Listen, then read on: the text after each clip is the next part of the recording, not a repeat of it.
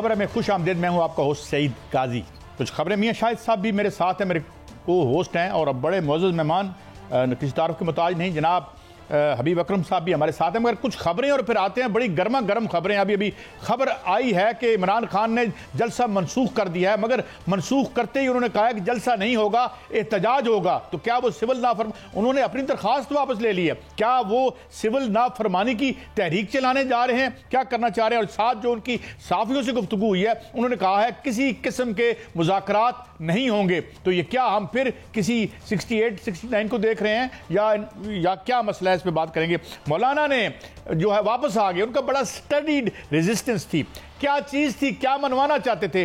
यूं लगता था कि जैसे को हमारा हिलेगा, मौलाना तरमीम के हक में नहीं जाएंगे, मगर वो हक में आ रहे हैं। तो बीच में अंदर की कहानी क्या है, कोशिश करेंगे आप तक ये कहानी पहुंचाएं। IMF से कर्ज लेके खुशियां सिर्फ हम ही मना सकते हैं। कर्ज लिया और कर्ज अदा किया, अब हम बगले में जाएंगे और ये भी जो है पैसे जो हैं हमें पता है कि ये भी प्लंडर का ही, प्लंडर क्या वापस दे देंगे। 4 जो टके बचेंगे वो ठेकेदार और मिलकर सारे तरक्की में, जो हम तरक्की फरमाते हैं, उसमें चले जाएंगे। और last but not the least, जंग के साए मंडला रहे हैं इस वक्त मिडिल ईस्ट पर। कोई और रास्ता लबनान और ईरान के पास नहीं रहा जिस किस्म की, और वो चाहता है कि ये जंग हो। और मुझे लगता है कि अल्लाह ही इस जंग को अब टाल सकता है, मगर क्या होगा, बड़े खौफनाक दिन अहेड है। हबीब अकरम साहब, बड़ी बड़ी गर्म स्टोरीज हैं। मगर मैं सबसे पहले इस बात पे आता हूं जो अभी खबर आई है। उन्होंने कहा है कि जलसे की दरखास्त वापस ले लें, इनसे कोई बात नहीं होगी और यहां पर एहतजाज होगा। अब इसको आप सलीस उर्दू में जरा हमें समझाएं, ये क्या बात है? मुझे ऐसा लगता है कि तहरीक इंसाफ ने फिर जलसे की बजाय, जो जलसा एक बिल्कुल पुरअमन सरगर्मी है, अगर एहतजाज भी उसी तरह पुरअमन है, लेकिन एहतजाज का जो पैगाम है वो ज्यादा रोबस्ट होता है। तो मेरा ख्याल एक सख्त पैगाम देने की कोशिश कर रही है तहरीक इंसाफ इस आईनी तरमीम के हवाले से। नहीं तो मैं, यानी आप देखें हबीब अकरम साहब, हुकूमत तो इजाजत नहीं दे रही जलसे की भी, तो एहतजाज तो हर जगह होगा और पूरे शहर में होगा। तो क्या एहतजाज की इजाजत मिल जाएगी, और क्या एहतजाज होगा तो फिर तो लड़ाई है? देखिए, इस वक्त जो आइन के साथ हो रहा है वो भी तो एक लड़ाई है ना। मसलन आप देखें कि आप आइन का पूरा ढांचा बदलने की कोशिश अगर कोई हुकूमत करेगी, और ऐसी सूरत में कि जब उसके पास नंबर पूरे नहीं होंगे, उसकी जो अक्सरियत होगी वो ऐसे लोगों पर मुश्तमिल होगी जो फार्म 47 की बुनियाद पर असम्बली में पहुंचे हुए हैं, और फिर आइन में तरमीम इस तरह की जाएगी कि की जाने का इम्कान हो कि जिसमें पता हो कि सिर्फ एक पार्टी को हदफ बनाना है, और उस पार्टी को हदफ बनाने के लिए निशानेबाजों का अहम जगह पर लगा देना, तो जाहिर है फिर ये तो एक कैफियत है कि जिसमें जो हुकूमत खुद पैदा कर रही है। अगर यही काम करना है, चलिए अगर आईनी तरमीम करनी है तो आईनी तरमीम इस तरह रात के अंधेरों में तो नहीं होती जिस तरह 2 हफ्ते पहले करने की कोशिश की गई कि ना किसी के पास मुसवदा था ना कुछ और था, लेकिन सिर्फ एक बात पता थी कि कुछ लोगों को खास जगह पर लगाना है ताकि PTI को मजीद उसको टेंशन दी जा सके। तो जाहिर है जब इस तरह की हरकतें होंगी तो ये तो रोजाना की बुनियाद पे जो है वो अपने बयानात सख्त दे रहे हैं। क्या ये नाम अभी जो काजी साहब कह रहे थे कि नाम सिविल नाफरमानी की तरफ मामला जा रहे हैं? मुझे ऐसा नहीं लगता कि सिविल नाफरमानी की तरफ जाएंगे, और पाकिस्तान का शायद मिजाज भी ऐसा नहीं है, बिलखुसूस पंजाब का, कि सिविल नाफरमानी की तरफ जाए, क्योंकि जो फरमान हुकूमत का किसी काबिल रहता है तो वो पंजाब में ही रहता है। अमली तौर पर हम खैबर पख्तूनख्वा में देख रहे हैं, बलूचिस्तान में देख रहे हैं, और खुद उसके वहाँ इन दोनों सूबों के बारे में मौलाना फजल रहमान बार बार कहते हैं कि वहाँ पे रिट ऑफ द स्टेट कमजोर पड़ती चली जा रही है। तो अब जो फरमान है उसका तो हुकूमत का तो सिर्फ पंजाब में ही है, तो यहाँ पर भी सिविल नाफरमानी की तहरीक चला के तो बिल्कुल हुकूमत तो घुटनों पे आ जाएगी। तो मेरा नहीं ख्याल कि ये अभी पाकिस्तान तहरीक इंसाफ उस सतह तक जाए। हबीब अकरम साहब, देखें, एहतजाज जो होते हैं और जो तहरीकें होती हैं वो इजाज़त की तलबगार नहीं होती। तारीख में जो भी तहरीक चली है वो इजाज़त के बगैर चली है, अगर चली है तो। मगर मैं अब आगे दूसरी तरफ बढ़ता हूँ, क्योंकि मुझे अंडरस्टैंडिंग ये है कि खान साहब को ये पता चल गया है कि अब उन्होंने अगर अपनी political power might may be in the ambit of आइन जो इजाज़त देता है प्रोटेस्ट की, उसके अंदर उन्होंने शो करनी है, तो फिर उनको कोई रास्ता निकलेगा। मगर हालात, आग को हम लगा तो सकते हैं, बुझा नहीं सकते। मगर मैं आगे बढ़ता हूँ, इदारों के अंदर जो चश्मक है वो ऐसी एक्सट्रीम लेवल तक पहुंच गई है कि खतो किताबत हो रही है। जो खत लिखा था जनाब मंसूर अली शाह साहब ने, उसके अब जवाबात आ रहे हैं। तो यूं इस तरह लगता है कि are we in a state of war with ourselves? सूरत हाल तो तकरीबन ऐसी ही है, और बिलखुसूस अदलिया के अंदर तो जब से चीफ जस्टिस जनाब जस्टिस काजी फाइज ईसा आए हैं उसके बाद से तो मुसलसल एक ही लग रहा है कि इनका जो सारे का सारा इस्तदलाल होता है या इनका जो फहमे कानून है वो अजीब व गरीब बात यह है कि वो उसी फहमे कानून के मुताबिक है जो हुकूमत का होता है। यानी अब इस वजह से ये तासुर बढ़ता है कि जनाब चीफ जस्टिस जनाब जस्टिस काजी फाइज ईसा इस निज़ाम के मुहाफिज के तौर पर उभरे हैं, और या कम से कम उनसे हुकूमत जो है वो यही तवक्को रखती है। यही वजह है कि उनका नाम जब बार बार एक आईनी तरमीम के साथ जोड़ा गया तो उनका नाम हाईली पोलिटिसाइज भी हो गया। तो जब एक शख्स का नाम इतना पोलिटिसाइज हो चुका होगा तो उसके अंदर, इदारे के अंदर भी डेफिनेटली इसके असरात होंगे।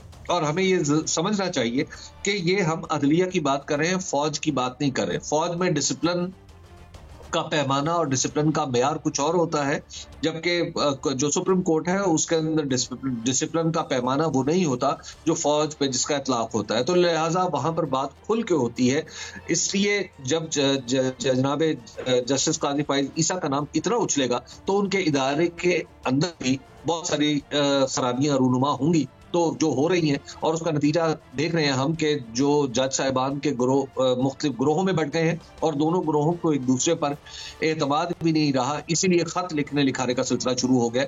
और ये आज की बात नहीं है। हबीब अकरम साहब, ये तो सुप्रीम कोर्ट के अंदर की लड़ाई है, लेकिन देखना यह है कि अदारे एक दूसरे के आमने सामने हैं। आज इलेक्शन कमीशन ने दोबारा एक दरखास्त दायर कर दी है, हालांकि जो हुक्म हतमी हो चुका था इसमें तो इलेक्शन कमीशन को हुक्म मानना चाहिए था, तो अभी आज दोबारा एक दरखास्त दायर कर दी गई है। किस तरफ मामला जा रहे हैं? क्या तौहीन अदालत की तरफ जाएंगे या इसी तरह खतोख्ताबत और दरखास्तबाजी चलती रहेगी? सर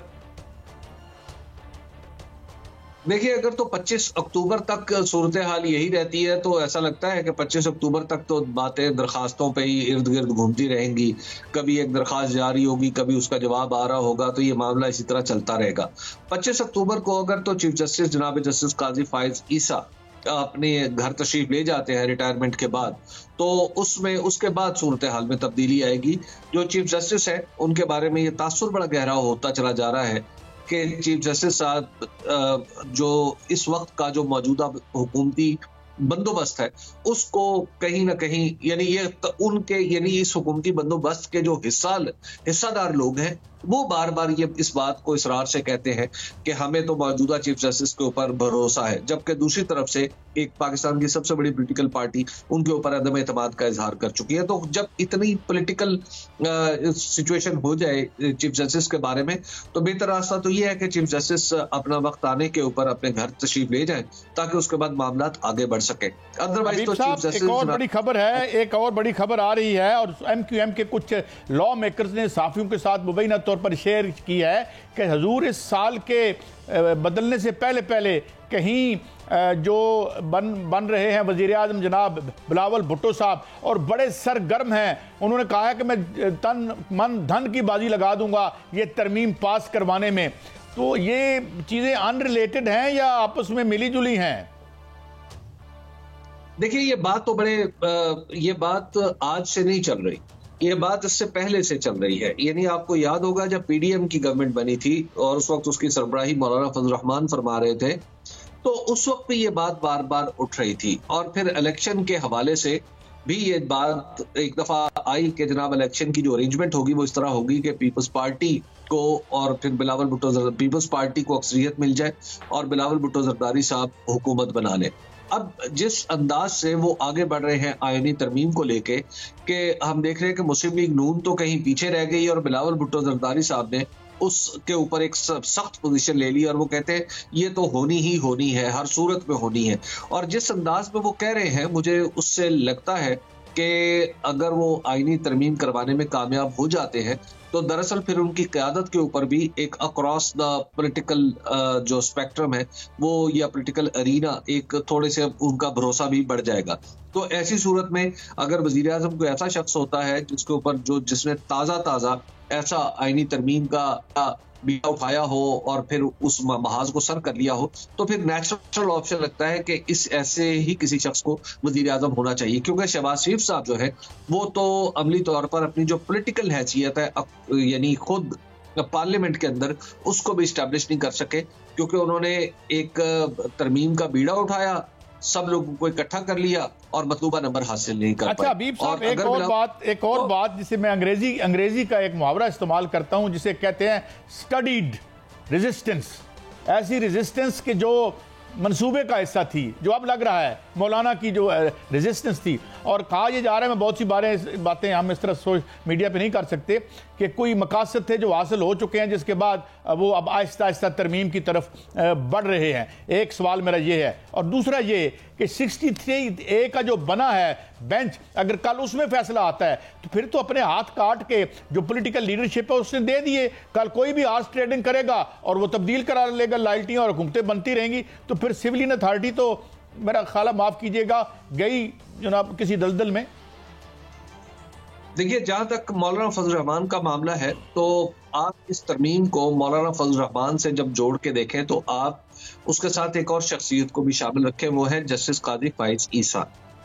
इस तरमीम का एक हिस्सा ये है कि इसको 25 अक्टूबर से पहले होना है, तो इसका मतलब यह है कि चीफ जस्टिस जनाब जस्टिस काजी फाइज ईसा को जहन में रख के तरमीम की जा रही है। और इसका दूसरा हिस्सा यह है कि चीफ जस्टिस ये 25 अक्टूबर के बाद हो और इत्मीनान से हो और ये शख्सियत से मुतल्लिक ना हो, तो उस सूरत में बात दूसरी हो सकती है। अगर आज भी आप चीफ जस्टिस जनाब जस्टिस काजी फाइज ईसा का नाम इस तरमीम से अलग करके देखना शुरू कर दे, तो फिर यस, तरमीम एक पॉलिटिकल ऑप्शन है, इसके ऊपर बहुत सारी बातें हो सकती है।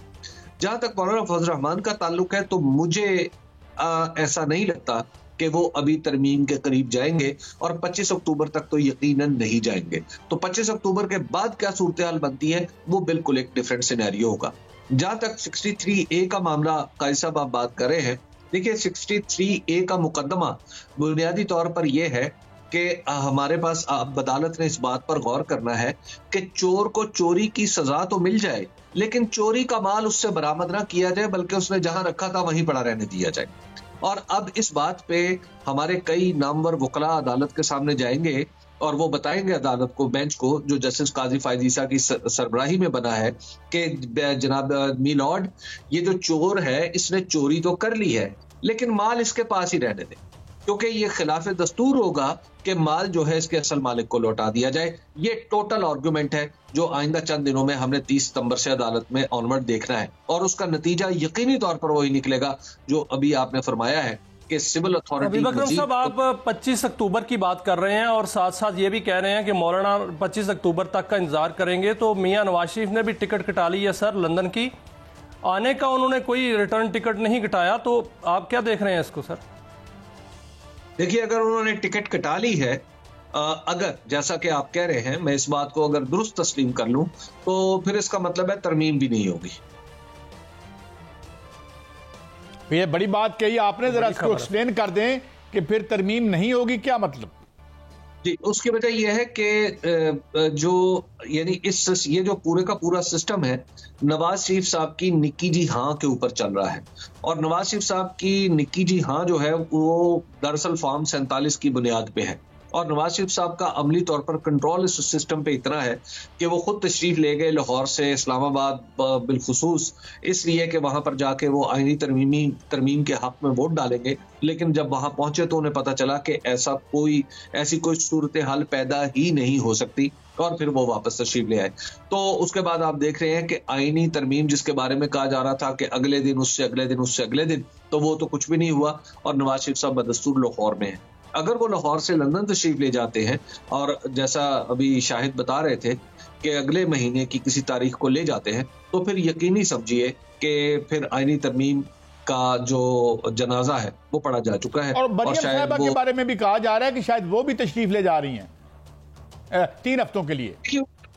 उनका जाना, चलिए वो तो जैसे भी चाहे 3 हफ्ते, ज़ाहिर है वो तो वजीर आला है और उनके अपने काम, फिर उनके अगर वालिद वहां जा रहे हैं तो हो सकता है एक सादतमंद बेटी के तौर पे वो अपने वालिद के साथ जाएं और उनकी सेहत का ख्याल रखें, जैसे बाज़ औक़ात होता भी है और हमारे कल्चर का हिस्सा भी है। उनका जाने ना जाने, होने ना होने से आईनी तरमीम पे कोई फर्क नहीं पड़ेगा। कोई अच्छा आईनी तरमीम जो है फिर इसका, लेकिन माय फाइनल क्वेश्चन ये फरमाइए, do you think ultimately they will get it done जिस तरह ये एडामेंट लगते हैं और जितना जोर, आखिरी जोर लगाने का सिलसिला हो रहा है by the end of October? देखिए, अभी तक की जो सिचुएशन है उसको देख के मुझे नहीं लगता कि हुकूमत ये तरमीम कर पाएगी। उसकी वजह यह है कि जो अदालत का 12 जुलाई का तफसीली फैसला जो आया है सुप्रीम कोर्ट का, उसमें यह वाज़ेह तौर पर लिख दिया गया है कि वो तमाम अफराद जिन्होंने अपने एफिडेविट जमा करा दिए इलेक्शन कमीशन में, वो इलेक्शन कमीशन में एफिडेविट जमा कराने से अगले लम्हे ही वो पाकिस्तान तहरीक इंसाफ के लोग शुमार होंगे। तो लिहाजा ये चैप्टर तो हो गया क्लोज। अब इसको खोलने के लिए वो जो जनरल परवेज मुशर्रफ के पास, आपको याद होगा काजी साहब कि 2002 में जब हुकूमत बन रही थी तो उन्होंने इसी 63A को उन्होंने कुछ देर के लिए मुअत्तल कर दिया था और उसके नतीजे में एक लोटा ग्रुप बना था जिसको पेट्रियट ग्रुप कहा जाता था पीपल्स पार्टी में। उसी तरह लोटा साजी के लिए इस वक्त पाकिस्तान के दस्तूर के अंदर से वो वजूहात तलाश की जा रही हैं और अदालत के सामने पेश की जाएंगी। हबीब अकरम साहब, बहुत आपने अहम बात की, लोटा साजी थी। हमारी इंडस्ट्री आजकल रूबा जवाल है, चलें कोई चीज़ तो तख्लीक होगी। मगर हबीब अकरम साहब, आपका बहुत शुक्रिया। नाज़रीन, एक ब्रेक की तरफ बढ़ते हैं और ब्रेक से जब हम वापस आएंगे तो बहुत सी अहम खबरें हैं, मगर ख़ास तौर पर चीन ने इजराइल को में क्यों अपने शहरियों को इजराइल खाली करने के लिए कह दिया है? क्या एक बड़ी जंग के हम करीब जा रहे हैं? एक ब्रेक के बाद हमारे साथ रहिए।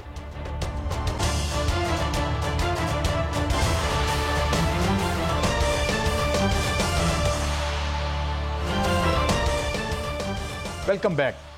नाज़रीन, एक बड़ी गंभीर सूरत हाल पैदा हो रही है मिडल ईस्ट में, और बल्कि मिडल ईस्ट क्या, हम अगर ये कहें कि एक बहुत बड़ी जंग की लपेट में यूरोप भी आ सकता है। मुख्तसरन अर्ज करूँगा और फिर ब्रिगेडियर मसूद खान मुमताज़ दिफाई तजिया कार हैं उनकी तरफ जाएंगे।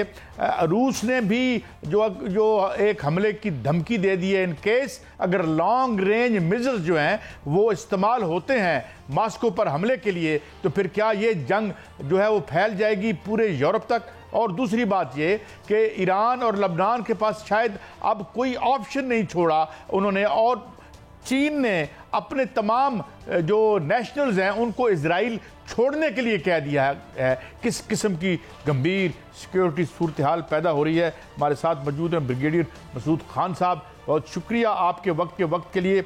मैं इन दोनों बातों के हवाले से चाहूँगा ब्रिगेडियर साहब कि ये इसको बड़ा लाइट लिया जा रहा है, मगर कुछ एनालिस्ट कह रहे हैं कि the world is on the brink of a third world war, low intensity तो हो रही है, तो क्या ऑल आउट वार का खतरा है? इस तरह का पागलपन हो सकता है जिस तरह ज़ेलेंस्की और नेतान्याहू चाह रहे हैं?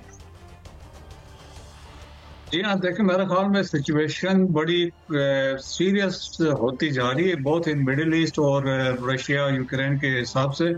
मिडिल ईस्ट में देखिए जो डेवलपमेंट्स है, हम अगर उस पर पहले फोकस करें कि गजा को 90% स्ट्राइक करने के बाद अभी वो फोकस कर रहा है हिजबुल्लाह और सदरन लेबनान पे, और अब उसमें ये है कि उसका अल्टीमेट ऑब्जेक्टिव ये है, वो समझता है कि हिजबुल्लाह वाले जो हैं, इजरायली समझते हैं कि हिजबुल्लाह वाले जो हैं वो सपोर्ट कर रहे हैं रीबिल्ड करने में हमास को, एक ताकत का जरिया है हिजबुल्लाह वाले, तो वो उनको डिस्ट्रॉय करना चाहते हैं। That is one thing.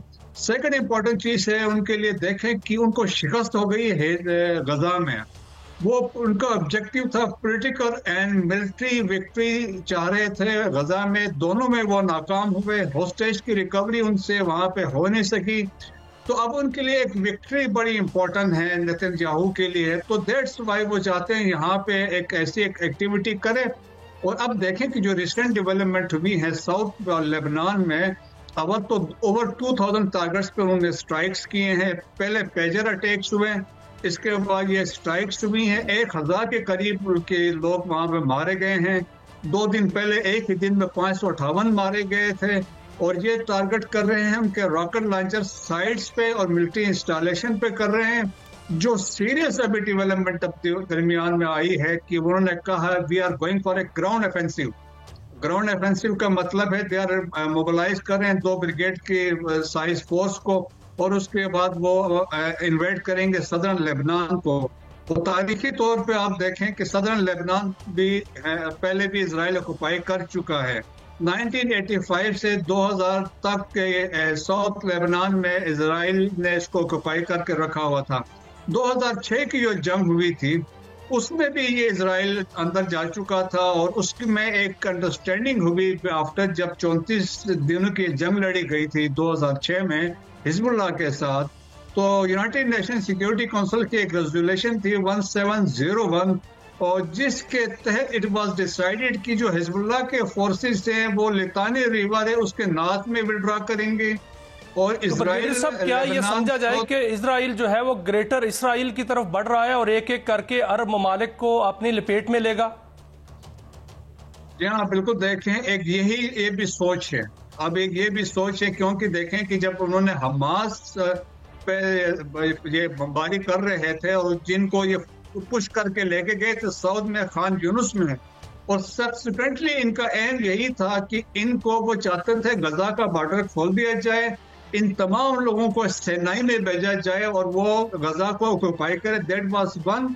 Second, यहाँ पे आप देखें कि सदरन लेबनान में जो मैं ये कहना चाह रहा था, जो 1701 की रेजोल्यूशन है कि वो लितानी रिवर जो है वो 25 किलोमीटर इनसाइड लेबनान है, साउथ लेबनान में। तो वो ये चाह रहा है कि मैं अब बफर जोन क्रिएट करूंगा, we will go 25 kilometre inside. तो 25 किलोमीटर आप समझ लें कि जब अंदर जाके साउथ को ये ऑक्युपाई करेंगे तो वो एरिया भी इनमें आ जाएगा। गोलान हाइट्स पहले से इनके पास है। तो एक यकीनन लोग ये भी सोच रहे हैं कि एक ग्रेटर इजराइल वाला कंसेप्ट इनमें है। और ब्रिगेडियर साहब, मैं एक और एंगल से आपसे पूछना चाहता हूं, एक रैग टैग जैसे टैग आर्मी कहते हैं हमास की, वो उसको तो फतह कर नहीं सके। सेकेंडली, ईरान ने ओपनली कह दिया है कि कोई हमला जो लबनान पर होगा वो उसमें फिर गैर जानबदार नहीं रह सकेगा। तो क्या इज इट भी पॉसिबल होगा इन आबादियों को गोरिल्ला वारफेयर शुरू हो जाएगी, धमाके और पूरा रीजन हिल जाएगा? बिल्कुल ऐसा है काजी साहब। देखें, हिजबुल्लाह ने तो वेलकम किया है, उन्होंने कहा कि हम तो चाहते हैं ये ग्राउंड फोर्सेस लेके आए, और आपकी बात सही है। देखें, गोरिल्ला वारफेयर और अपने इलाके में लड़ना, जो वो जमीन को समझते हैं, टेरेन को समझते हैं, तो हिजबुल्लाह वाले बेहतर पोजीशन में होंगे। फिर आप ये भी देख लें कि जो सुपर पावर्स हैं, चाहे अमेरिका है या इजराइल है, ये तो टेक्नोलॉजी पर डिपेंड है, जहाज का इस्तेमाल करते हैं, फायर पावर का इस्तेमाल करते हैं, इनकी कैपेबिलिटी इतनी नहीं ग्राउंड को होल्ड करना। तो मेरा ख्याल में इनके लिए बड़े नुकसानदेह, it can prove to be disasters for Israel as well. तो मेरा ख्याल में ये वो अभी कई दफा सोचेगा, थोड़ा सा हो सकता है अंदर जाए फिर फर्दर आगे ना जाए, तो उसके वो चांसेस है। फिर देखें, ये भी है जब एक्सिस ऑफ रेजिस्टेंस की बात है, अगर ये ग्राउंड इन्वेजन पे जाता है तो देखें एक तरफ से हमास, हिजबुल्लाह, और देखें इराक के अंदर जो ग्रुप्स बैठे हैं, खतीब हिजबुल्लाह है, बदर ऑर्गेनाइजेशन है, और असैफ अहले हक वहाँ पर ऑर्गेनाइजेशन है जो वहाँ से फायर कर रहे हैं, और सीरिया में अलवाइस बैठे हुए हैं और होतीस नीचे बैठे हुए हैं। तो ये सारे एक्टिव हो जाएंगे। तो जिससे खदशा है, जब ये सारे एक साइमल्टेनियसली जब इन्वॉल्व होंगे तो एक्सपेंशन ऑफ वार के चांसेस बहुत ज्यादा हैं कि बाकी कंट्रीज भी इसके लपेट में फिर तब आ सकते हैं। अच्छा डॉक्टर ब्रिगेडियर साहब, एक अनरिलेटेड बात मैं कर रहा हूं, ये है कि या तो सरेंडर कर दें और इजराइल जो है वो कैप्चर कर ले पूरे इलाके को, पूरे अरब वर्ल्ड को। दूसरी सूरत हाल ये है कि तीसरी जंग, आलमी जंग जो है वो छिड़ जाए। तो क्या आप क्या देखते हैं कि एक तरफ टेक्नोलॉजी है, या उसको सरेंडर कर दें या फिर उसके साथ लड़ें? तो आपको लड़ाई नजर आ रही है सर, तीसरी आलमी जंग नजर आ रही है? नहीं, देखें, तीसरी आलमी जंग खैर इसमें वो तो नहीं होगा चांसेस की, है तो रेट्रिक्स में है, लेकिन अमेरिकन भी चाहते हैं कि देखें, अमेरिकन ने कभी कंडेम नहीं किया। इवन अभी जो हिजबुल्लाह पे इन्होंने जो अटैक्स कर रहे हैं, जो सिविल इनोसेंट लोग मारे जा रहे हैं, अमेरिका ने कंडेम नहीं किया। वो तो चाहते हैं क्योंकि देखें, ये तो अमेरिका के भी दुश्मन है ना, एक्सिस ऑफ रेजिस्टेंस हो चाहे ईरान हो, तो अमेरिका से भी चाहते हैं इनको मार पड़े। फिर दूसरा ये भी है कि अमेरिकन की जो वेपन्स की सेल है वो तो इनको सप्लाई लाइन जारी है, तो वो फैक्ट्रियां उनकी वो भी चल रही, तो वो कंटिन्यूटी इसमें है। फिर देखें, अमेरिकन इलेक्शंस हो रहे हैं 5 नवंबर को, फिर उन्हें ये साबित करना है कौन ज्यादा इजराइल के नजदीक है। आपने बाइडेन के स्टेटमेंट देखे, कमाला हैरिस की भी स्टेटमेंट देखे, और इसके बाद ट्रम्प की भी देखे, सब इजराइल को सपोर्ट कर रहे हैं, वो ज्यूइश लॉबी को खुश करने के लिए। सो एक किस्म की नेशनल इंटरेस्ट की गेम इसमें आई हुई है। ब्रिगेडियर साहब, एक और अहम बात जो एक आपने बहुत बड़ी खबर दी थी मेरे पिछले प्रोग्राम में, वो ये थी कि वो जो एक हाइपरसोनिक मिसाइल इस्तेमाल किया हौसीज ने, या हौतीज जिसे हम कहते हैं, और उसका नाम नहीं लिया गया। और सेकेंडली पुतिन ने कह दिया कि वो तमाम ईरानियन प्रॉक्सीज को will arm them to the teeth, ताकि वो इधर प्रेशर उसका कम हो सके। तो ये कहानी कहां तक पहुंची है? क्या रशिया असला सप्लाई कर रहा है टेसिटली या ओपनली इन प्रॉक्सीज को? ये जी लेटेस्ट है, ये आज की खबर है, बल्कि मेरे ख्याल में ये चंद घंटे पहले की खबर थी कि एक सीक्रेट डील साइन की है बिटवीन ईरान और रशिया ने, और वो हौतीस को एंटी सबमरीन के मिसाइल्स और दूसरे शिप्स को स्ट्राइक करने के मिसाइल्स की एग्रीमेंट अंडरस्टैंडिंग इनकी हो गई है, वो इनको सप्लाई कर रहे हैं। और देखिए हौतीस भी ज्यादा पावरफुल है, उनके पास तो लॉन्ग रेंज वेपन्स मिसाइल्स भी हैं, उनके पास एयर पावर भी है, और दूसरा जो है तो वो मेरे ख्याल में वो फिर जो रेड सी के अंदर वो दे कैन स्ट्राइक है, और इसराइल को भी स्ट्राइक कर सकते हैं। और फिर देखिए मेरे ख्याल में कि एक सिचुएशन जिस तरीके से, और फिर हिजबुल्लाह देखे ना, हिजबुल्लाह ने तो अपनी ताकत अभी तक रिवील नहीं की है। उनके पास तकरीबन 2 लाख के करीब मिसाइल हैं, 1.5 लाख के करीब उनकी आर्मी है। तो मेरे ख्याल में ये आसान नहीं है। अब जिस तरह आपने कहा ना कि हमास वाले तो रेड टेक मलेशिया थे, ये बहुत ज्यादा ऑर्गेनाइज्ड हैं। बहुत शुक्रिया ब्रिगेडियर मसूद खान से, मुख्तसर वक्त में आपने बड़ी सराहत और वजाहत के साथ ये जो आग से खेल रहे हैं। इस तरह लगता है कि ये जो हुक्मरान हैं ये दिमागी तौर पर इनका कोई इलाज होना चाहिए, या इनका कम से कम टेस्ट होना चाहिए, पता चले कि are there in the right जो स्टेट ऑफ माइंड। क्योंकि ये इस तरह से दुनिया बढ़ गई तो ये खुद इनके लिए सेल्फ डिस्ट्रक्टिव भी होगा। एक ब्रेक की तरफ जाते हैं, वापस आएंगे तो बात करेंगे। शादियाने बजाएं, $7 बिलियन हमें मिल गए हैं, कर्ज लेके कर्ज वापस करेंगे हम। प्रैग्मेटिकली तो ठीक है, आइडियोलॉजिकली एंड लॉन्ग रन हमारा क्या बनेगा माशी तौर पर? एक ब्रेक के बाद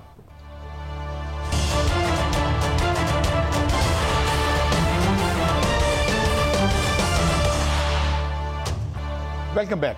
नाज़रीन, हमें ज्वाइन किया है मारूफ मैशदान जनाब डॉक्टर खाकान नजीब साहब ने। बहुत शुक्रिया डॉक्टर साहब, आपने हमें वक्त दिया। यूँ तो ये अच्छा और खुशी मनाने का वक्त है कि $7 बिलियन की फैसिलिटी एक्सटेंड होगी, $5 बिलियन हम कमर्शियल बैंक से लेंगे। तो अब प्रैग्मेटिकली तो ये बड़ी अच्छी बात है कि हमने अवॉइड कर ली एक सिचुएशन। मगर हम और हमारे उस्ताद जो थे, अब तो वो नहीं रहे क्लासिकल, वो कहा करते थे कि ये जो अरेंजमेंट है ये एक निस्बतन छोटे बुरान को हम मुलतवी करते हैं आने वाले दिनों के लिए। अब 11.5% पे ले गए हम बैंक से। तो sir, is this the solution, और परमानेंटली हम इस विशियस सर्कल में रहेंगे या can we get out of it? Doctor साहब। So काजी साहब, you could not have put it better. Pakistan ने एक वक्त बाय किया है, पाकिस्तान को एक स्पेस मिल गई है। IMF की इंगेजमेंट ने डिफ़ॉल्ट का ख़तरा, हमारे एक्सटर्नल $26 अरब जो जमा करने हैं उसमें मदद की है। बायलैटरल कंट्रीज़ ने रोल ओवर्स कर दिए हैं।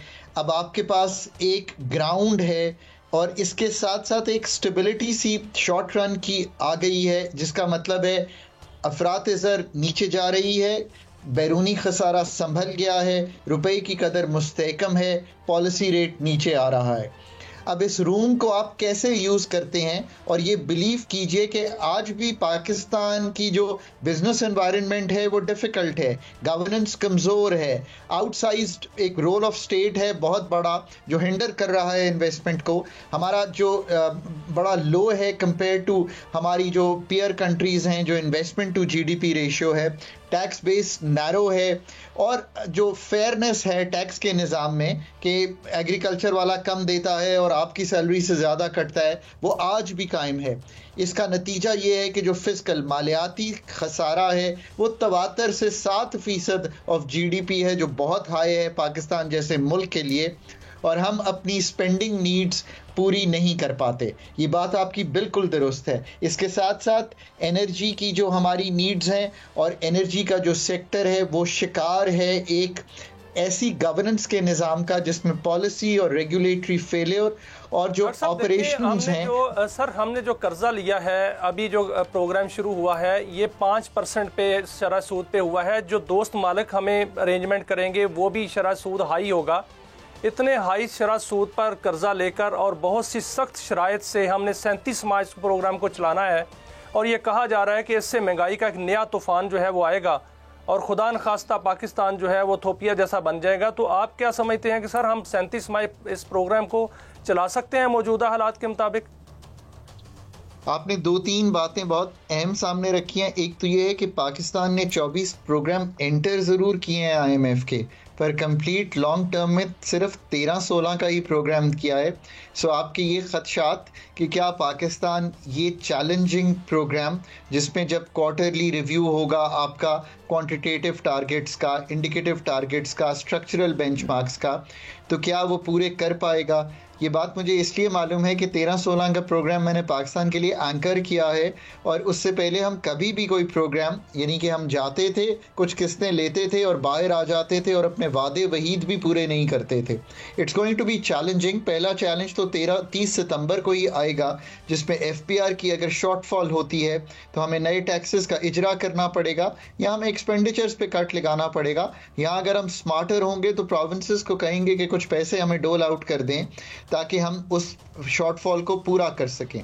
तो ये बात बिल्कुल आपकी दुरुस्त है। ये चैलेंजिंग होगा प्रोग्राम कंप्लीशन, पर अगर प्रोग्राम कंप्लीशन की तरफ जाएगा भी तो उसके साथ एडजॉइनिंग, जब तक जो मैंने आपके सामने इस्लाहात का पैकेज रखा है और इसको एनर्जी सेक्टर को भी ऐड कर लें इसमें, जब तक नहीं करेंगे तो ये एक ट्रेडमिल है IMF की जिस पे हम चढ़े हुए हैं। 24 बार इस ट्रेडमिल पे चढ़े हैं पर पहुंचे कहीं भी नहीं है, क्योंकि ना IMF का प्रोग्राम कंप्लीट किया जो उनके साथ एग्री किया था। एक इंटरेस्टिंग बात, एक बड़ी दिलचस्प बात पूछूंगा आपसे, क्या कोई और मुल्क भी है जिसे ये एजाज़ हासिल हो कि उसने इतने प्रोग्राम किए हों और फिर उनमें से बेशतर मुकम्मल ना किए हों, या कम से कम इस हवाले से हम दुनिया में पहले नंबर पर हैं? आई थिंक अर्जेंटीना एक ऐसा मुल्क है जिसने बहुत से प्रोग्राम्स किए हैं और इस तरह I think we are behind them. I think probably हम सेकंड होंगे IMF के क्लाइंट जो इतना ज़्यादा IMF के पास गए हैं। 77 साल हिस्ट्री में अगर आप ICU के डॉक्टर के साथ 24 दफ़ा इंगेज होंगे, मेरे अब्बा की उम्र 93 साल की है, वो ज़िंदगी में एक दफ़ा ICU गए हैं और अब भी खुद ज़िंदगी में अपने काम करने की कोशिश करते हैं। तो healthy life is like a healthy economy. So अगर हेल्दी इकॉनमी को चलाएंगे, अब भी वक्त मिल गया है, थोड़ी सी ग्रोथ भी शुरू हुई है। डॉक्टर साहब, आपको क्या महंगाई कम होती हुई नजर आ रही है या महंगाई बढ़ती हुई और बेरोजगारी बढ़ती हुई नजर आ रही है? So the good news for the people of Pakistan is कि जो महंगाई का जो बड़ा जो रेला था वो 2023 में 2024 में 29 और 24% ग्रोथ की सूरत में गुजर गया है। ये साल शायद 12-13% पे होगा। इसका मतलब ये है कि अगर आपका चैनल GNN आप दोनों की सैलरी 15% बढ़ाता है और अफरात ज़र 12% होती है तो आपकी एक्चुअल कुव्वत ख़रीद बढ़ जाएगी। सो उस सेंस में ये इतना मुश्किल नहीं है। आपने ये भी देखा कि अगर रुपए में इस्तेहकाम आया तो थोड़ी सी पेट्रोलियम प्राइसेस भी दुनिया की भी नीचे गई, वो भी नीचे आई। अगर वो 6 माह बाद होती है तो हम बहुत डॉक्टर साहब एक और सवाल, चूंकि वक्त कम है। डॉक्टर साहब, ये डिक्टम तो मान लिया कि government has no business to do business, लेकिन ये जो पॉलिटिक्स और बिजनेस का नेक्सस हुआ है और जो राइज ऑफ कार्टल्स हुआ है, मैं मिसाल देता हूं, आपने अपने हाउसिंग को प्राइवेटाइज किया, कब्जा ग्रुप निकल आया। आपने जो डाउन साइज किया और डीरेगुलेट किया पेट्रोल को, तो आपको IPPs का माफिया या कार्टल्स आ गए। तो वो जो तमाम असूल और वो जो ज़रिए असूल और जिनके बताया गया था कि ये अच्छे नतीजे निकलेंगे, उनमें से तो डॉक्टर साहब एक भी यहाँ नहीं निकला। कारी साहब, आपने एक क्रिटिकल पॉइंट सामने रखा है। It is only half of the story जो कि पूरा पाकिस्तान बोल रहा है कि जी प्राइवेट सेक्टर को दें, government has no business. This is not the right story. The right story is कि कार्टेल्स ना बने तो आपको कंपेटिटिव मार्केट्स बनानी है, यानी कि कंपटीशन कायम करना है। जैसे कि आपने कभी भी किसी जगह पे अगर कामयाबी से टेलीकॉम में शायद देखा हो तो कीमतें नीचे ड्राइव हुई, एफिशिएंसी बेहतर हुई और मार्केट में बहुत से ऑपरेटर्स आए। So you are absolutely right. ये कहना ना कि प्राइवेट सेक्टर को काम करने दे, गवर्नमेंट हैज़ नो बिजनेस, ये सही स्टोरी नहीं है। प्राइवेट सेक्टर मोनोपोलीज या private sector cartels are worse than government sector वज़ीर खजाना कह रहे हैं कि नॉन फाइलर को हमने खत्म कर दिया है। अगर नॉन फाइलर जो है वो खत्म हो जाते हैं तो इकॉनमी जो है वो उसकी सूरत हाल क्या होगी? तो सर क्या कोई नए टैक्सेस लगने जा रहे हैं, टैक्सेस की शरह में इजाफा होने जा रहा है, या मजीद टैक्सेस जो हैं वो इंट्रोड्यूस कराए जा रहे हैं? मेरे दोस्त, अगर आप और मैं फाइलर हैं तो काजी साहब अगर नॉन फाइलर हैं तो कोई कैटेगरी ही ना हुई ना। अगर काजी साहब कारोबार कर रहे हैं तो उनको भी फाइलर ही होना चाहिए। उनको ये मैं कहूँ कि मुझे और आपसे 1% टैक्स चार्ज करेंगे पर काजी साहब को 4% पे छोड़ दें तो ये कोई गुफ्तगू ना हुई। हो सकता है उनका टैक्स 8% बनता हो। नॉन फाइलर की कैटेगरी, जब मैं टेबल पर मौजूद था काजी साहब फाइनेंस में, तब भी कहता था कि मेरी समझ में नहीं आती। यहाँ आप टैक्स देते हैं, यहाँ आपका टैक्स नहीं बनता, आप टैक्स नेट में नहीं आते, आपकी तनख्वाह 50,000 से कम है या इनकम 50,000 से कम है। ये सारी कैटेगरी को बिल्कुल ख़त्म कर देना चाहिए। रिटेलर को, होलसेलर को, हर इंसान को फाइल करना चाहिए। ये नहीं होना चाहिए कि आप नॉन फाइलर हैं तो मैं 20% GST ले लूँ और फाइलर से 15% ले लूँ। एब्सोल्युटली हमें ये रियलाइज़ करना है। This is the crux. FBR और PRAs जो प्रोविंशियल अथॉरिटीज़ हैं, ये टैक्स कलेक्ट करेंगे तो हम रुपया कमाएंगे। मैं पूछ रहा था कि मिनी बजट आ रहा है, नए टैक्सेस लग रहे हैं जी। 98 बिलियन रुपीस का शॉर्टफॉल अगस्त में था जो IMF के साथ टारगेट एग्री हुआ FBR का। अगर 1220 अरब कलेक्शन हो जाती है सितंबर में तो नए टैक्सेस के इजरा की ज़रूरत नहीं होगी। अगर ये कलेक्शन शॉर्ट रहती है और 100-150 अरब रुपए का शॉर्टफॉल बन जाता है, जो कि लग रहा है इनिशियल एस्टिमेट्स में कि बन जाएगा पहले क्वार्टर का, तो हमें नए टैक्सेस का इजरा करना पड़ेगा। पर ये सादा गुफ्तगू है। डीपर गुफ्तगू ये है कि PSDP से या प्रोविंसेस को कहिए कि 100-150 अरब रुपया जो है वो अपने बजट्स में से काट कर फंड कर दें इस वक्त फेडरल गवर्नमेंट को, ताकि नए टैक्सेस ना लगाने पड़े। That is how you run an IMF program. You go to the IMF, you give them options. 2 options मैंने आपके सामने रखे हैं, एक तीसरा ऑप्शन भी रख देता हूं। अपने जो करंट जारी खर्चात हैं उसमें से भी 100-200 अरब निकालना पॉसिबल होगा, सब्सिडीज में से पॉसिबल होगा, बहुत सी जगहों से आ सकते हैं। बहुत शुक्रिया डॉक्टर खाकान साहब, इस मुख्तसर वक्त में आपने बड़े खूबसूरत अंदाज में चीज़ों को एक्सप्लेन किया। इसी बात पे ख़त्म करते हैं कि एक और दरिया का सामना था मुझको मुनीर, मैं एक दरिया के पार उतरा तो मैंने देखा। क्या ये कहानी खात्मा नहीं, इसका आगाज़ है। इजाज़त दीजिए, अगले हफ्ते फिर मिलेंगे। अल्लाह हाफ़िज़।